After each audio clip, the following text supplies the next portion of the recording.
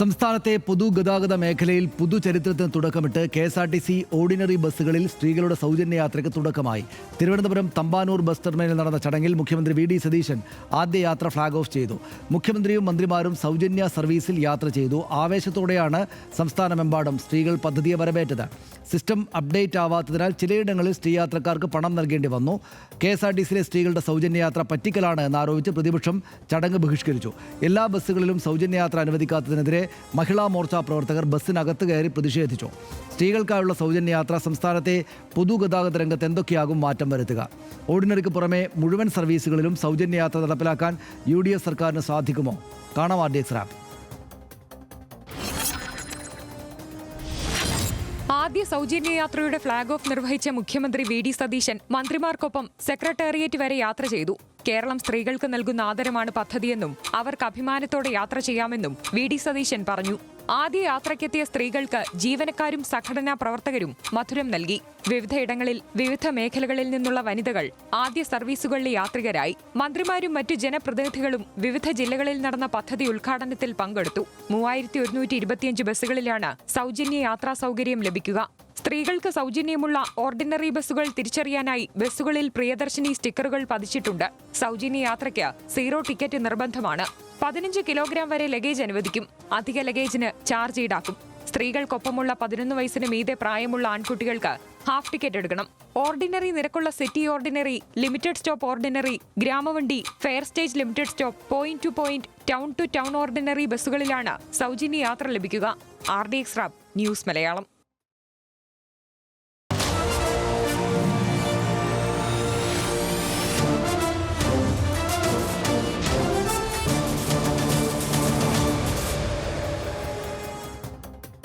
KSRTC ബസ്സുകളിലെ സൗജന്യ യാത്ര സ്ത്രീകൾക്ക് നൽകുന്ന ഔദാര്യമല്ല, അവകാശമാണെന്ന് മുഖ്യമന്ത്രി VD സതീശൻ പറഞ്ഞു. പദ്ധതി കേരളത്തിലെ സ്ത്രീകളോടുള്ള ആദരവാണെന്നും സ്ത്രീകളെ ബഹുമാനിക്കാൻ പഠിക്കണമെന്ന സന്ദേശം കൂടിയാണ് ഇത് നൽകുന്നതെന്നും മുഖ്യമന്ത്രി പറഞ്ഞു. ഞാൻ ഇതിനെ കാണുന്നത് സ്ത്രീകൾക്ക് നൽകുന്ന ഒരു ഔദാര്യമായിട്ടല്ല. ഞാൻ കരുതുന്നത് ഈ പദ്ധതിക്ക് സാമൂഹ്യവും സാമ്പത്തികവുമായ പ്രതിഫലനങ്ങൾ നമ്മുടെ സമൂഹത്തിൽ ഉണ്ടാകുന്ന സോഷ്യോ ഇക്കണോമിക് ഇമ്പാക്റ്റ്. ഞാൻ പറയുന്നു, ഈ പദ്ധതി ഈ സംസ്ഥാനത്തെ സർക്കാരിന് കേരളത്തിലെ സ്ത്രീകളോടുള്ള ആദരവായി നിങ്ങൾ കാണണം. ആദരവാണ്. സ്ത്രീകളെ ബഹുമാനിക്കാൻ ഒരു സമൂഹം പഠിക്കണമെന്നുള്ളൊരു സന്ദേശം കൂടിയാണ്. സ്ത്രീകൾക്ക് സൗജന്യം നൽകിയാൽ അത് സമ്പാദ്യമാകുമെന്നും എന്നാൽ പുരുഷന്മാർക്ക് നൽകിയാൽ ആ പണം വീട്ടിലെത്തില്ല എന്നും അത് സർക്കാരിന് തന്നെ തിരികെ കിട്ടുമെന്നും മുഖ്യമന്ത്രി ഇന്ന് പറഞ്ഞു. KSRTCയിലെ സൗജന്യ യാത്രയ്ക്ക് വൻ വരവേൽപ്പാണ് സംസ്ഥാനത്തുടനീളം ലഭിച്ചത്. ആദ്യ യാത്രയ്ക്കെത്തിയ സ്ത്രീകൾക്കെല്ലാം മധുരം വിതരണം ചെയ്തു. 0 ടിക്കറ്റ് അൺലിമിറ്റഡ് സന്തോഷമാണെന്ന് സ്ത്രീകൾ പ്രതികരിച്ചു. വഞ്ചിപ്പാട്ടിന്റെ ഈരടികളുമായി ആദ്യ പ്രിയദർശിനി ബസ് യാത്ര ആലപ്പുഴയിലെ സ്ത്രീകൾ ആഘോഷവുമാക്കി. എല്ലാ പ്രതികരണങ്ങളും കേൾക്കാം. നമ്മുടെ മെൻസ് അസോസിയേഷൻ അവർ ഭയങ്കരമായ പ്രതിഷേധമാണ്. സ്ത്രീകൾക്ക് മാത്രം സൗജന്യം കൊടുക്കാൻ പോകുന്നു എന്നുള്ള ഒരു പ്രതിഷേധമാണ്. എല്ലാ പുരുഷന്മാരെയും കുറിച്ചല്ല ഞാൻ പറഞ്ഞു. ഞാൻ ഒരു പുരുഷ വിരോധിയൊന്നുമല്ല. ഈ ഇത്രയും പൈസ ബാക്കി വരുന്നു എന്ന് പറഞ്ഞ് ഇവർ യാത്ര ചെയ്യുമ്പോൾ ഇവരുടെ കയ്യിലാണെങ്കിൽ ആ പൈസ വീട്ടിലെത്തും. മറ്റേതാ സൗജന്യം കൊടുത്താൽ ഈ ബാക്കി വരുന്ന പകുതി കുറച്ച് പേര് കൊടുക്കും വീട്ടിൽ. ബാക്കി എവിടെ പോവും? ഞാൻ പറയില്ല, ഗവൺമെൻറ്റിന് കിട്ടും പൈസ, സർക്കാരിന് കുഴപ്പമൊന്നും ഉണ്ടാവില്ല, പോയില്ല. അപ്പോൾ ഇവർക്കൊന്ന് കൊടുക്കട്ടെ. കുട്ടനാടൻ പുഞ്ചയിലെ തിത്തിത്താതി തെയ്തൈ, കൊച്ചു പെണ്ണെ കുയിലാളെ തിത്തിത്താതി തെയ്തൈ, കൊട്ടു വേണം, കുഴൽ വേണം, കുരവ വേണം, ബസ്സിന് പൈസ ധൈര്യത്തിൽ KSRTC കയറാൻ നമുക്ക് അതിന്റെ വലിയ കാര്യം. നമുക്ക് ഒത്തിരി സന്തോഷമായി പോയിട്ട് വളരെ സന്തോഷം. ദൂര സ്ഥലങ്ങളിലേക്ക് ജോലിക്ക് പോകുന്ന സ്ത്രീകൾക്ക് ഒരു പൈസ തന്നെ സേവ് ചെയ്യാൻ പറ്റും. നമുക്ക് UDF സർക്കാരിന് എല്ലാവിധ ആശംസകളും. സ്ത്രീകൾക്ക് വേണ്ടിയിട്ട് ഇങ്ങനെയുള്ള കാര്യങ്ങൾ ചെയ്യണം, അതാണ് നല്ല കാര്യം. സൗജന്യ യാത്ര ഏറ്റവും വലിയ സർക്കാർ നടപ്പാക്കിയ ഏറ്റവും വലിയൊരു കാര്യം തന്നെയാണ്. ഞങ്ങൾ തൃശ്ശൂരിൽ നിന്നാണ് വണ്ടി കയറിയത്. അവിടെ ഉദ്ഘാടനം കഴിഞ്ഞിട്ടാണ് കയറിയത്. ഞങ്ങൾ ടിക്കറ്റ് എടുക്കുന്നത് 9:34 അപ്പോൾ ഞങ്ങൾ ചോദിച്ചു സൗജന്യം അല്ലേന്ന് വെച്ചപ്പോൾ അവർ പറഞ്ഞു സിസ്റ്റം ഇതായിട്ടില്ല, സോ അതുകൊണ്ട് സൗജന്യം അല്ലാന്നുകൊണ്ട് ഞങ്ങളുടെ ഇന്ന് കാശ് വാങ്ങിച്ചു. ഉദ്ഘാടനം ഇട്ട് കയറിയവർക്കൊക്കെ ഫ്രീ. അപ്പോൾ ഞങ്ങൾ തൃശ്ശൂർ ഇട്ട് ചാലക്കുടി വരെ വന്നതാ. അപ്പോൾ അതെന്താ KSRTC സ്ത്രീകൾക്ക് സൗജന്യയാത്ര പറഞ്ഞേക്കണം. അപ്പോൾ ഒരു ദിവസം നമ്മൾ ഇന്നത്തെ ദിവസം പുരുഷന്മാരെ സൗജന്യമായിട്ട് കൊണ്ടുപോവാണ്. ഞാനൊക്കെ പഠിച്ചിരിക്കുന്നത് ജനറൽ ന്യൂട്രാലിറ്റി എന്ന് പറഞ്ഞേക്കണേ അല്ലേ, അതിനെ ഇല്ലായ്മ ചെയ്യുന്ന ഒരു പ്രവണത കൂടിയാണല്ലോ. അപ്പോൾ അത് പറയുന്നു, ഫ്രീ ആയിട്ട് കൊടുക്കുന്നു. സ്ത്രീകൾക്ക് സൗജന്യ യാത്ര കൊടുക്കുന്നത് ഏറ്റവും നല്ല ഒരു കാര്യമാണ്. പക്ഷേ അത് കൃത്യതയോടുകൂടി പ്രഖ്യാപിച്ച കണക്ക് തന്നെ അത് കൊടുത്താൽ വളരെ നന്നായിരിക്കും. കാരണം കൂലിപ്പണിക്കാരായിട്ടുള്ള ധാരാളം സ്ത്രീകളുണ്ട്. രാവിലെ ബസ്സിൽ പോകുന്നു, വൈകിട്ട് അവർ തിരിച്ചു വരുന്നു, സാധാ ബസ്സിൽ അവർ യാത്ര ചെയ്യുന്നത്. അവരെ സംബന്ധിച്ച് അതൊരു വലിയ മാറ്റമാണ്. കാരണം ഒരു ദിവസം ഇന്ന് ഞാൻ കേട്ടത് ഒരു സ്ത്രീ നമ്മുടെ വനിത പറഞ്ഞത് 70 രൂപയോളം ഒരു ദിവസം അവർക്ക് ലാഭം കിട്ടുമെന്നുള്ളതാണ്. ഇതിപ്പോൾ ഒരു ചരിത്ര ദിവസമാണ്. ഇപ്പോൾ CPM CPI അടക്കമുള്ള പ്രതിപക്ഷ പാർട്ടികൾ എതിർത്തു, ചില വിമർശനങ്ങൾ ഉന്നയിക്കുന്നുണ്ട്. പൂർണ്ണമായിട്ടും തള്ളിക്കളയാവുന്ന വിമർശനമല്ല. BJP-കാരാണെങ്കിൽ സമരം തന്നെയും നടത്തി. എങ്ങനെ കാണണം? ഇത് വളരെ പോസിറ്റീവായിട്ടുള്ള ഒരു സ്റ്റെപ്പായി തന്നെയാണ് ഞാനിതിനെ കാണുന്നത്. ഇതിലൊരൊറ്റ കുഴപ്പമേ കേരളത്തിൽ സംഭവിച്ചിട്ടുള്ളൂ. അത് വേറൊന്നുമല്ല, ഇത് കേരളത്തിന് ആദ്യമേ നടപ്പാക്കാമായിരുന്നു എന്നുള്ളൊരു തോന്നൽ എനിക്കുണ്ട്. കാരണം ഇത്തരം സാമൂഹ്യ സുരക്ഷാ വിഷയങ്ങളിലെല്ലാം, അല്ലെങ്കിൽ സ്ത്രീ സുരക്ഷാ വിഷയങ്ങളിലെല്ലാം ഒരു പടി മുന്നിൽ നിന്നാണ് എപ്പോഴും കേരളം പ്രതികരിക്കാറ്. പക്ഷേ ഇക്കാര്യത്തിൽ ആദ്യം ഇത് മാതൃകാപരമായി നടപ്പാക്കിയത് ആം ആദ്മി പാർട്ടിയുടെ ഡൽഹി സർക്കാരായിരുന്നു. ആദ്യം ഡൽഹിയിൽ ഇത് നടപ്പാക്കുന്നു, ഡൽഹിക്ക് ശേഷം പിന്നെ പഞ്ചാബിൽ നടപ്പാക്കുന്നു, തമിഴ്നാട്ടിൽ നടപ്പാക്കുന്നു. ഇത് മാതൃകയാക്കിക്കൊണ്ട് DMK സർക്കാർ തമിഴ്നാട്ടിൽ നടപ്പാക്കുന്നു. അങ്ങനെ ആം ആദ്മി പാർട്ടി രണ്ടിടത്തും DMK ഒരിടത്തും നടപ്പാക്കിയതിന് ശേഷമാണ് ഇതിൻ്റെ സാധ്യത കോൺഗ്രസ് നേതൃത്വം തിരിച്ചറിയുന്നത്, കോൺഗ്രസ് സർക്കാരുകൾ തിരിച്ചറിയുന്നത്. അതിനുശേഷം തെലങ്കാനയിൽ ഇത് നടപ്പാക്കുന്നു, കർണാടകത്തിൽ നടപ്പാക്കുന്നു. ഇപ്പോൾ എന്താണ് BJP ഇതൊരു മാതൃകയായി കണ്ടിട്ടുണ്ട്. ഇതൊരു മാതൃകാപരമായ നടപടിയാണ് എന്ന് കണ്ടുകൊണ്ട് BJP-യും അതിപ്പോൾ പശ്ചിമ ബംഗാളിൽ ആ നിലയ്ക്കുള്ള ആലോചനയിലേക്ക് അവരും പോകുന്നു എന്ന് പറയുന്നു. കേരളത്തിലും ഇപ്പോൾ ഏറ്റവും ഒടുവിൽ ഈ സർക്കാരിൻ്റെ തീരുമാനങ്ങളിലൊന്ന് തന്നെയായിരുന്നു, അല്ലെങ്കിൽ ആദ്യത്തെ വാഗ്ദാനങ്ങളിലൊന്നായിരുന്നു. ആ വാഗ്ദാനം ആദ്യഘട്ടത്തിൽ തന്നെ നടപ്പാക്കിയിരിക്കുന്നു എന്നുള്ളത്. ഇതിൽ അഭിനന്ദിക്കാവുന്ന ഒരു പ്രധാനപ്പെട്ട സംഗതി എന്താണെന്നറിയോ സനീഷ്? അതായത് ഒരു വാഗ്ദാനം നൽകിയതിന് ശേഷം അത് വേണമെങ്കിൽ സർക്കാർ ഇറങ്ങിപ്പോകുന്നതിന് മുമ്പ് ഞങ്ങളിത് നടപ്പാക്കി എന്ന് പ്രഖ്യാപിച്ചിട്ട് വേണമെങ്കിൽ ഇറങ്ങിപ്പോകാം. അതിന് പകരം ഘട്ടം ഘട്ടമായി അത് ഓരോന്നും നടപ്പാക്കുന്നുണ്ട്. ഇത് ആദ്യഘട്ടത്തിൽ തന്നെ നടപ്പാക്കുന്നു എന്ന് പ്രഖ്യാപിക്കുന്നു. ഇപ്പോൾ അധികം വൈകാതെ തന്നെ, ഇപ്പോൾ ഈ കഴിഞ്ഞ മാസം 15-ാം തീയതിയൊക്കെ ആൾക്കാർ സമരത്തിന് ഇറങ്ങിയിരുന്നു, ഇതുവരെ നടപ്പാക്കിയില്ല എന്ന് പറഞ്ഞിട്ട് ട്രോൾ ചെയ്യപ്പെട്ടിരുന്നു.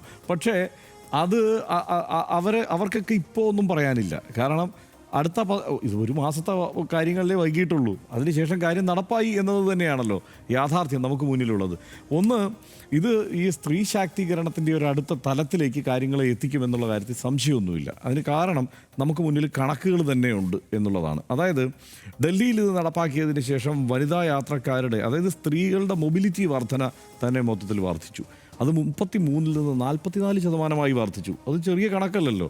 തമിഴ്നാട്ടിൽ നിന്ന് 40%-ൽ നിന്ന് 61% സ്ത്രീകളുടെ മൊബിലിറ്റി വർദ്ധിച്ചു. കർണാടകത്തിലും ഇതിന് സമാനമായി തന്നെ, കൃത്യം കണക്കെൻ്റെ കയ്യിലില്ല, പക്ഷേ ഇതിന് സമാനമായി തന്നെയുള്ള ഒരു വർധനയുണ്ടായി. അതാണ് ഒന്നാമത്തെ. ഇത് ആളുകൾക്ക് സാമ്പത്തികമായി നേട്ടമുണ്ടാകും എന്ന് പറയുന്നതിനേക്കാൾ സ്ത്രീകളുടെ മൊബിലിറ്റി വർദ്ധിച്ചു എന്നുള്ളതാണ് ഏറ്റവും പ്രധാനപ്പെട്ട ഒരു സംഗതിയായി തോന്നുന്നത്. അവരുടെ സാന്നിധ്യം പൊതു ഇടങ്ങളിൽ വർദ്ധിച്ചു എന്നുള്ളത്, കൂടുതൽ ആത്മവിശ്വാസത്തോടെ പുറത്തിറങ്ങി യാത്ര ചെയ്യാൻ പറ്റുന്നു എന്നുള്ളത്, ഇതൊന്നും ചെറിയ കാര്യമല്ല. മറ്റൊന്ന്, സാമ്പത്തികമായി ഇവർക്കുണ്ടാകുന്ന നേട്ടം എന്നുള്ളതാണ്. ഒരു ശരാശരി ഒരു 800 രൂപയ്ക്കടുത്ത് ഒരാൾക്ക് ഒരു മാസം അധികം ലാഭിക്കാൻ കഴിയുന്നു എന്നുള്ളത് ചെറിയ കാര്യമല്ല. ഒരു സാധാരണക്കാരെ സംബന്ധിച്ചിടത്തോളം പലർക്കും 2 ദിവസത്തെ ശമ്പളമായിരിക്കും അത്. ഈ 800-ൽ ഒതുക്കിയാൽ ചിലർക്കതൊരു 2000 രൂപ വരെ ലാഭിക്കാൻ പറ്റുന്ന ആളുകളുണ്ട് എന്ന് പറയപ്പെടുന്നു. അങ്ങനെയാണെങ്കിൽ ഇത് വലിയ നേട്ടമാണ്. അപ്പോൾ അതിൻ്റെ നേട്ടത്തെ നമ്മളങ്ങനെ കുറച്ച് കണ്ടുകൂടാ എന്നുള്ളതാണ്. ഇവിടുത്തെ സ്ത്രീ തൊഴിലാളികൾ, നമ്മളിപ്പോൾ കേരളത്തിലെ ഏറ്റവും കൂടുതൽ സ്ത്രീകൾ തൊഴിലാളികളായിട്ടുള്ളവർ ഏറ്റവും കൂടുതൽ ആശ്രയിക്കുന്നത് പൊതുഗതാഗത സംവിധാനങ്ങളെയാണ്. അത്തരം ആളുകളുടെ ശമ്പളം എന്താണ്, അവരെവിടെയാണ് ജോലി ചെയ്യുന്നത് എന്നുള്ളത് നോക്കിക്കഴിഞ്ഞാൽ വളരെ സൂക്ഷ്മമായ ഒരു ഘട്ടത്തിൽ നമ്മളിതെങ്ങനെയാണ് തെരഞ്ഞെടുപ്പ് തന്ത്രം, ഇന്ദിരാ ഗ്യാരണ്ടി എന്ന് പറഞ്ഞിട്ട് ഇങ്ങനെ ഒരു ചില തെരഞ്ഞെടുപ്പ് തന്ത്രമാണ് ഇത് UDF പ്രയോഗിക്കുന്നത് എന്ന് പറഞ്ഞു. പക്ഷേ ആ തെരഞ്ഞെടുപ്പ് തന്ത്രം എന്നുള്ളത് കുറിക്കുകൊള്ളുന്നതായിരുന്നു എന്നുള്ളതാണ് വാസ്തവം. ഇന്ന് ഈ വിഷയം ഇത് നടപ്പാക്കുമ്പോഴുള്ള സ്ത്രീകളുടെ പ്രതികരണങ്ങൾ നമ്മൾ എല്ലായിടത്തു നിന്നും തേടിയല്ലോ. ആ പ്രതികരണങ്ങൾ വരുമ്പോൾ അറിയാം എങ്ങനെയാണ് ഇത് സ്ത്രീകൾ സ്വീകരിച്ചിട്ടുള്ളത് എന്ന്. അപ്പോൾ എല്ലാ സ്ഥലത്തും ആ വലിയ സ്വീകാര്യത ഇതിന് കിട്ടി. എല്ലാ വിഭാഗത്തിൽപ്പെട്ട സ്ത്രീകളെയും നമുക്കിവിടെ കാണാൻ കഴിഞ്ഞു എന്നുള്ളതാണ്. മാത്രമല്ല, ഇന്ന് തന്നെ നമ്മൾ നോക്കുമ്പോൾ സ്ഥിരമായി സ്വന്തം സ്കൂട്ടറിലൊക്കെ യാത്ര ചെയ്തിരുന്ന ആളുകൾ അത് ഒഴിവാക്കിക്കൊണ്ട് പൊതുഗതാഗത സംവിധാനങ്ങളെ ആശ്രയിച്ചു എന്നുള്ളത് അത് മറ്റൊരു നേട്ടമാണ്. കാരണം ഈ ഇന്ധനവില വർധനയും പൊള്യൂഷനും എല്ലാം ഒരളവോളം കുറയ്ക്കാൻ വേണ്ടിയിട്ടുള്ള ഒരു ഇടപെടലായി തന്നെ ഇതിനെ വേറൊരു തരത്തിൽ നമുക്ക് കാണാം. അപ്പോൾ ആ നിലയ്ക്ക് എല്ലാ അർത്ഥത്തിലും ഇതിന് മോശം അല്ലെങ്കിൽ ഇതിൻ്റെ ദൂഷ്യവശങ്ങളുണ്ടോ എന്നുള്ളതൊക്കെ പരിശോധിച്ചാൽ നമ്മളിങ്ങനെ കിള്ളിപ്പെറുക്കി എടുത്തു നോക്കിയാൽ ചിലത് കണ്ടെത്താം. അത് പക്ഷേ ഏതെങ്കിലും തരത്തിൽ ഈ സ്ത്രീകളെ ബാധിക്കുന്ന കാര്യങ്ങളല്ല, അല്ലെങ്കിൽ സ്ത്രീ ശാക്തീകരണവുമായി ബന്ധപ്പെടുന്ന കാര്യങ്ങളല്ല, അവരുടെ നിരന്തരമായ പൊതു ഇടങ്ങളിലെ സാന്നിധ്യം കൊണ്ടുണ്ടാകുന്ന കാര്യങ്ങളല്ല, അതൊക്കെ സർക്കാരുമായി ബന്ധപ്പെട്ടുള്ളതോ ഇതിൻ്റെ നടത്തിപ്പുമായി ബന്ധപ്പെട്ടുള്ളതോ ഒക്കെ ആയിട്ടുള്ള കാര്യങ്ങളാണ്. അതിനെ നമുക്ക് വിടാം. കാരണം നമ്മളിവിടെ സാമൂഹ്യ സുരക്ഷയ്ക്ക് വേണ്ടിയിട്ട് ഇത്തരം കാര്യങ്ങൾക്കെല്ലാം വേണ്ടിയിട്ട് എത്ര തുക ചിലവാക്കുന്നു? അത് ഫ്രീബീസ് എന്ന നിലയ്ക്ക് നമുക്ക് പരിഹസിച്ച് തള്ളാൻ കഴിയില്ല. ഒരു കാലത്ത് ഈ ഫ്രീബീസ് എന്ന് പറഞ്ഞ് പരിഹസിച്ചിരുന്ന ആളുകളൊക്കെ ഘട്ടം ഘട്ടമായി സാമൂഹ്യ സുരക്ഷാ പദ്ധതികളിലേക്കൊക്കെ കൂടുതൽ കാര്യക്ഷമമായി എത്തി. മാത്രമല്ല ഇത്തരം സ്ത്രീ ശാക്തീകരണ പദ്ധതികളിലേക്ക് എത്തി എന്നുള്ളതൊക്കെയാണ് കാലം തെളിയിക്കുന്നത്. അപ്പോൾ ഒരേ സമയം ഇത് എല്ലായ്പ്പോഴും ഇടതുപക്ഷം തന്നെ നടപ്പാക്കിക്കൊള്ളണമെന്നില്ല. ഇപ്പോൾ ഇടതുപക്ഷം പ്രഖ്യാപിച്ച ഇടതുപക്ഷമാണ് സാധാരണ സാമൂഹ്യ സുരക്ഷാ പരിപാടികളിലോ സ്ത്രീ ശാക്തീകരണ പരിപാടികളിലോ ഒക്കെ കൂടുതൽ കാര്യക്ഷമമായി ഒരു പ്രോ ആക്റ്റീവ് സ്റ്റെപ്പ് എടുക്കുക എന്നുള്ളത് പൊതുവെ കണ്ടുവരാറുള്ളതാണ്, പൊതുവെ വിലയിരുത്തപ്പെടാറുള്ള കാര്യമാണ്. പക്ഷേ ഇവിടെ എന്താണ്, നമ്മൾ നേരത്തെ പറഞ്ഞതുപോലെ വി ഡി സതീശൻ ആദ്യം മുതൽ പറയുന്ന ഒരു കാര്യം ഞങ്ങൾ ഇടതുപക്ഷം തന്നെയാണ് എന്നുള്ളതാണ്. അപ്പോൾ അവർക്കത് ഇതൊരു ഫ്രീ ബീസ് എന്നുള്ള ഒരു ആരോപണത്തിലേക്ക്, യഥാർത്ഥത്തിൽ ഒരു മാർക്കറ്റ് ഇക്കോണമിയെ മുൻനിർത്തിക്കൊണ്ട് ആ നിലയ്ക്ക് ഒരു ഗ്ലോബാലിറ്റിയെ പുൽകിക്കൊണ്ട് ആ രീതിയിൽ ഭരണം നടത്താൻ തീരുമാനിക്കുന്ന ഒരു സർക്കാരിന്, അല്ലെങ്കിൽ ഒരു വലതുപക്ഷ സർക്കാർ തന്നെയാണല്ലോ, അതിനകത്ത് ഇപ്പോൾ ഒരു ഇടതുപക്ഷം എന്ന് അവർ പറയുന്നെങ്കിലും ഒരു വലതുപക്ഷ സർക്കാർ സാധാരണ ചെയ്യുന്ന കാര്യമല്ല ഇതൊന്നും. പക്ഷേ ഇത് ചെയ്യേണ്ടതുണ്ട് ഇന്ത്യൻ സാഹചര്യത്തിൽ എന്നുള്ളത് ഈ പറയുന്ന വലതുപക്ഷ പാർട്ടികളെല്ലാം തിരിച്ചറിയുന്നു എന്നുള്ളതാണല്ലോ ഇപ്പോൾ കാണുന്നത്. അപ്പോൾ അത് അവർ തിരിച്ചറിയുന്നുണ്ട്, അത് കേരളത്തിൽ നടപ്പാക്കുന്നുണ്ട്. കേരളത്തിൽ വളരെ പോസിറ്റീവ്, കാരണം വലിയ ജനസാന്ദ്രതയുള്ള സംസ്ഥാനമാണ്, സ്ത്രീകൾ കേരളത്തിൽ പുരുഷന്മാരെക്കാൾ കൂടുതലുള്ള സംസ്ഥാനമാണ്.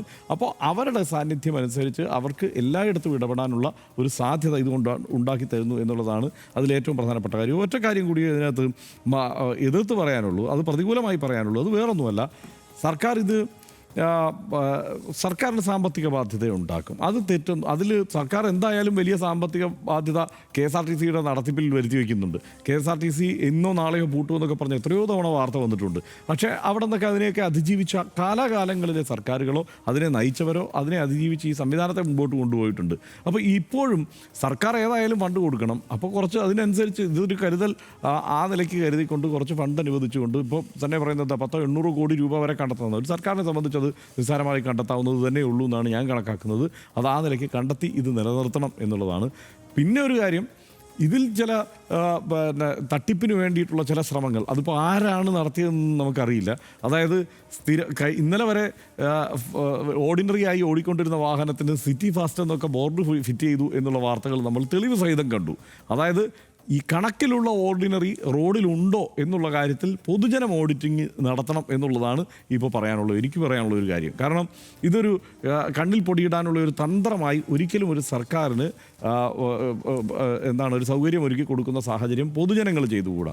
കാരണം അതുകൊണ്ട് നിലവിൽ ഓർഡിനറിയായി നിലനിൽക്കുന്ന വാഹനങ്ങളെല്ലാം ഓർഡിനറിയായി തന്നെ നിലനിൽക്കുന്നുണ്ടോ എന്നുള്ളത് ഉറപ്പാക്കാൻ വേണ്ട ഇടപെടൽ പൊതുജനങ്ങൾ തന്നെ നടത്തണം. ആ കാര്യത്തിൽ സംശയമൊന്നുമില്ല. ഇതിൽ പ്രതിപക്ഷത്തിന് കൂടി ഈ കാര്യത്തിൽ സഹകരിക്കാമായിരുന്നു എന്നുള്ള തോന്നലാണ് എനിക്കുള്ളത്. കാരണം ഇതിൽ സഹകരിച്ചെന്നോർത്ത് വേറെ പ്രത്യേകിച്ച് കുഴപ്പമൊന്നും ഉണ്ടാവില്ലായിരുന്നു എന്നുള്ള കാര്യമാണ് എനിക്ക് പറയാനുള്ളത്. അല്ല, അത്ര തന്നെയുള്ളൂ. അത് തന്നെയാണ് അതിൽ കൂടുതൽ അവസാനം പറഞ്ഞ ഈ ഓർഡിനറി എന്നുള്ളതിൻ്റെ മറ്റേ സ്റ്റിക്കർ ഒട്ടിച്ചത് മാത്രമേ ഇതിനകത്തൊരു കരടായിട്ട് കണ്ടുള്ളൂ. പക്ഷേ അപ്പോഴും മന്ത്രിയും മുഖ്യമന്ത്രിയും 3125 എന്ന നമ്പർ പറയുന്നുണ്ട്. 3125 ബസ്സുകളിലാണ് ഈ സൗജന്യ യാത്ര സ്ത്രീകൾക്കുള്ളത് എന്ന്. അപ്പോൾ 3125 ബസ്സുകളുണ്ടെങ്കിൽ ബാക്കി ഒരു സ്റ്റിക്കർ ഒട്ടിച്ചാലും അവർ ആ പറഞ്ഞത് ആദ്യഘട്ടത്തിൽ അവർ നിലനിൽക്കും എന്നതാണ് ഇതിനകത്ത്. പക്ഷേ അതായത് പിന്നെ കോൺഗ്രസും UDFും വളരെ സീരിയസ് ആണ് അവരുടെ തെരഞ്ഞെടുപ്പ് കാര്യങ്ങളിൽ എന്ന തോന്നൽ ആദ്യമുണ്ടാക്കിയ മുഹൂർത്തങ്ങളിൽ ഒന്നായിട്ടാണ് ഈ പ്രകടന പത്രിക വന്ന ദിവസത്തെ ഈ പ്രഖ്യാപനത്തെ ഞാൻ കണ്ടത്. അന്ന് അർഷന് ഓർമ്മയുണ്ടാവും, അന്ന് തന്നെ ഞാൻ പറഞ്ഞു ഇവരുടെ പ്രകടന പത്രികയിലെ ഈ ഒരു പ്രഖ്യാപനം വളരെ വളരെ പ്രധാനപ്പെട്ടതാണ് എന്ന്. അന്ന് എനിക്ക് പറ്റിപ്പോയൊരു തെറ്റ്, ഞാനന്നും മറ്റെല്ലാവരെയും പോലെ ഇവർ പറഞ്ഞത് എല്ലാ ബസ്സിലും ഉണ്ട് എന്നുള്ള ആയിരിക്കും എഴുതിയപ്പോൾ ഞാനന്ന് ഉദാഹരിച്ച് എനിക്ക് ഓർമ്മയുണ്ട്. ഇപ്പോൾ ഞാൻ കണ്ണൂരിൽ നിന്ന് കോട്ടയം വരെ പോയിട്ടാണ് പഠിച്ചത്. അപ്പോൾ ഈ കണ്ണൂരും കാസർഗോഡുള്ള ആളുകൾ, പെൺകുട്ടികൾ തിരുവനന്തപുരത്തും കോട്ടയത്തേക്കും എറണാകുളത്തേക്കൊക്കെ പഠനത്തിനായിട്ട് പോകുമ്പോൾ അവർക്ക് KSRTC ബസ്സിൽ ഫ്രീ ആയിട്ട് യാത്ര ചെയ്യാൻ പറ്റുന്നു എന്നത് എത്രമാത്രം ഗംഭീരമായിട്ടുള്ളൊരു കാര്യമാണ് എന്നുകൂടെ ഞാനന്ന് പറഞ്ഞിരുന്നു. പക്ഷേ ആ നിലയിലേക്ക് എത്തിയിട്ടില്ല. ഇത് ഓർഡിനറി ബസ് മാത്രമാണ്. പക്ഷേ അവർ അടുത്ത ഘട്ടത്തിൽ ഇത് വിജയിച്ചാൽ ഇതുപോലെ സൂപ്പർ ഫാസ്റ്റ് ബസ്സുകളിലടക്കം മുഴുവൻ KSRTC ബസ്സുകളിലും സ്ത്രീകൾക്ക് ഈ പറയുന്ന സൗജന്യ യാത്ര നൽകുമെന്ന് പ്രതീക്ഷിക്കുന്നു, നൽകട്ടെ എന്ന് ഞാൻ പ്രത്യാശിക്കുന്നു.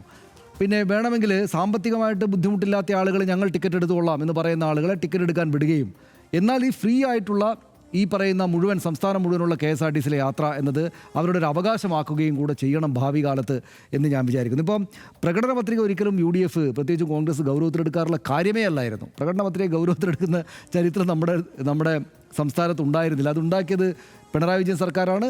2 പിണറായി വിജയൻ സർക്കാരാണ്. അതിനു മുമ്പുള്ള ഇടതുപക്ഷ സർക്കാരുകളും പറയുന്ന കാര്യങ്ങൾ പ്രവൃത്തിയിൽ നടപ്പിൽ വരുത്തണം എന്ന നിശ്ചയദാർഢ്യമുള്ള ആളുകളായിരുന്നു. പ്രത്യേകിച്ചും ഈ പിണറായി വിജയൻ സർക്കാരുകൾ പ്രകടന പത്രിക എന്ന് വെച്ചാൽ വളരെ ഉറപ്പായിട്ടും പാലിക്കേണ്ടുന്ന കാര്യമാണ് എന്ന ഒരു ധാരണയുമായിട്ടാണ് അധികാരത്തിലേക്ക് വരിക.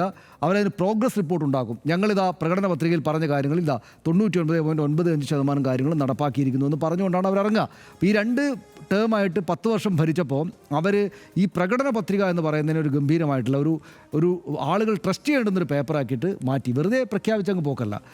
അതിലേക്ക് ഈ പറയുന്ന VD സതീശൻ്റെ നേതൃത്വത്തിലുള്ള UDFൻ്റെ മുന്നണിയും വന്നു എന്നതാണ് നമ്മൾ ഈ തെരഞ്ഞെടുപ്പിന് തൊട്ടു മുമ്പ് ഈ പ്രകടന പത്രികയിൽ കണ്ടത്.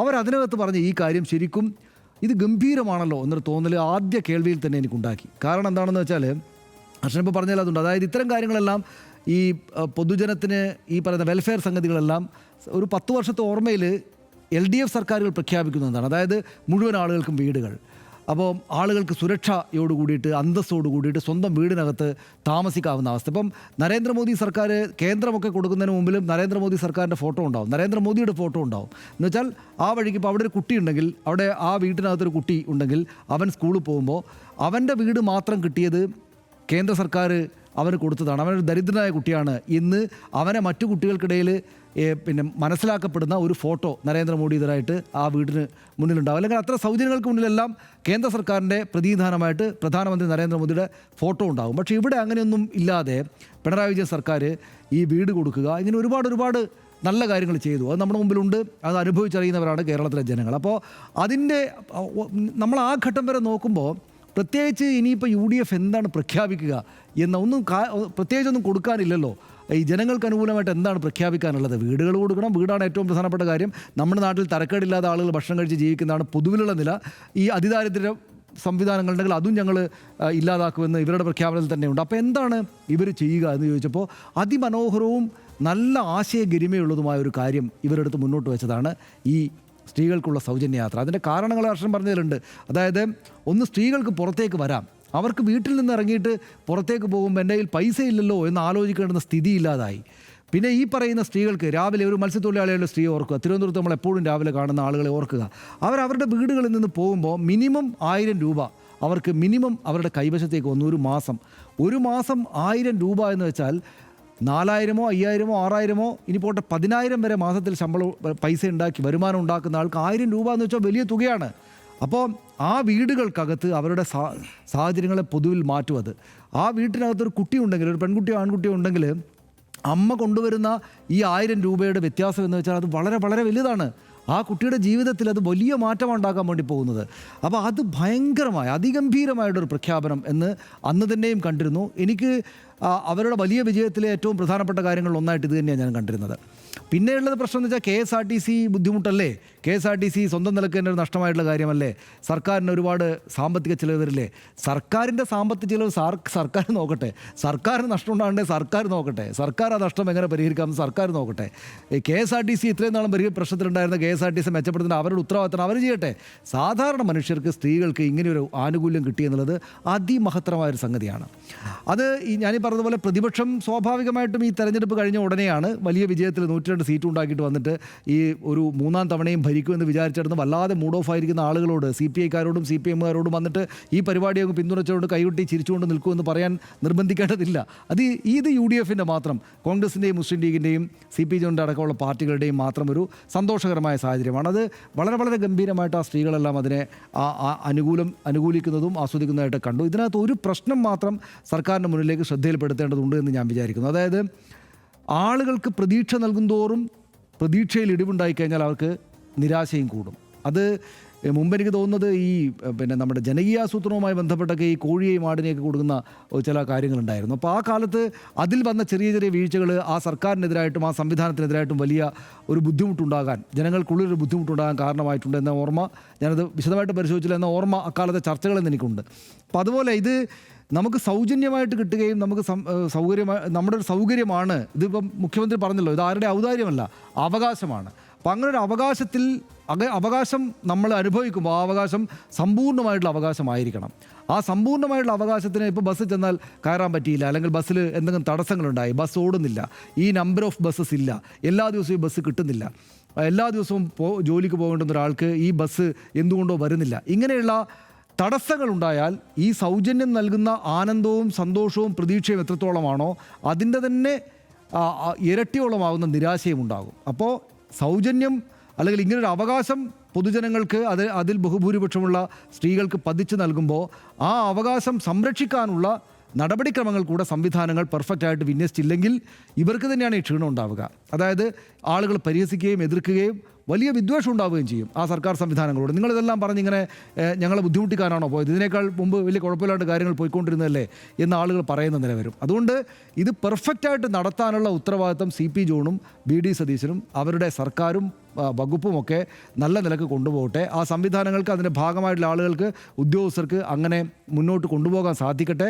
ഈ KSRTCയുടെ ബസ്സിൻ്റെ ഡ്രൈവർമാരും കണ്ടക്ടർമാരും ഒക്കെ ആണല്ലോ ഇതിലെ ഏറ്റവും പ്രധാനപ്പെട്ട പാർട്ട്. അവരതിനെ ഈ സർക്കാരിൻ്റെ മാത്രമായിട്ടൊരു പരിപാടിയായിട്ട് കാണാതെ കേരളത്തിലെ സ്ത്രീകളും പുരുഷന്മാരും അടങ്ങുന്ന ജനവിഭാഗത്തിൻ്റെ ആകെ ഒരു സന്തോഷകരമായ കാര്യമാണെന്ന് കണ്ടിട്ട് ഇതിനെ നല്ല നിലക്ക് കൊണ്ടുപോകാൻ, ഇത് ഇനിയിപ്പോൾ 5 വർഷം കഴിഞ്ഞ് മറ്റൊരു സർക്കാർ വന്നാലും, ഇനി അതല്ല ഇവരുടെ തന്നെ സർക്കാർ തുടർന്നാലുമൊക്കെ കേരളത്തിൻ്റെ ഭാവിയിൽ സ്ത്രീകൾക്ക് പൊതുഗതാഗത സംവിധാനങ്ങൾക്കകത്ത് കൂടുതൽ സൗകര്യങ്ങൾ ഉണ്ടാകുന്ന നിലയിലേക്ക് കാര്യങ്ങൾ കൊണ്ടുപോകാനുള്ള പ്രാഥമികമായുള്ള പടിയായിട്ട് ഇത് എണ്ണപ്പെടട്ടെ എന്ന് പ്രത്യാശിക്കുന്ന ഒരാളാണ് ഞാൻ.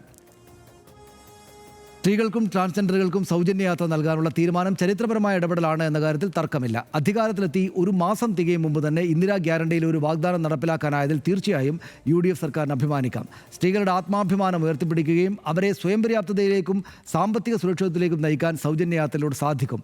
1ാം ഘട്ടം മാത്രമാണിതെന്നും അടുത്ത ഘട്ടത്തിൽ കൂടുതൽ സർവീസുകളിലേക്ക് പദ്ധതി വ്യാപിപ്പിക്കുമെന്നും സർക്കാർ പ്രഖ്യാപിച്ചിട്ടുണ്ട്. ഈ തീരുമാനവും സ്വാഗതാർഹമാണെങ്കിലും നിലവിൽ KSRTCക്ക് ഉണ്ടാകുന്ന ബാധ്യതയെ എങ്ങനെ മറികടക്കും എന്നതടക്കം സർക്കാരിന് മുന്നിൽ വെല്ലുവിളിയാകും എന്ന ഒരു വസ്തുത കൂടെയുണ്ട്. KSRTCയെ സ്വയം പര്യാപ്തമാക്കുമെന്ന് പ്രഖ്യാപിച്ചിട്ടുണ്ടെങ്കിലും അതും എങ്ങനെ നടക്കും എന്നതിൽ നിലവിൽ വ്യക്തതയുമില്ല. പ്രൈവറ്റ് ബസ് വ്യവസായത്തെ ബാധിക്കുമെന്ന ആശങ്കയും പരിഹരിക്കപ്പെടേണ്ടതാണ്, അവരോട് സംസാരിക്കേണ്ടതാണ്.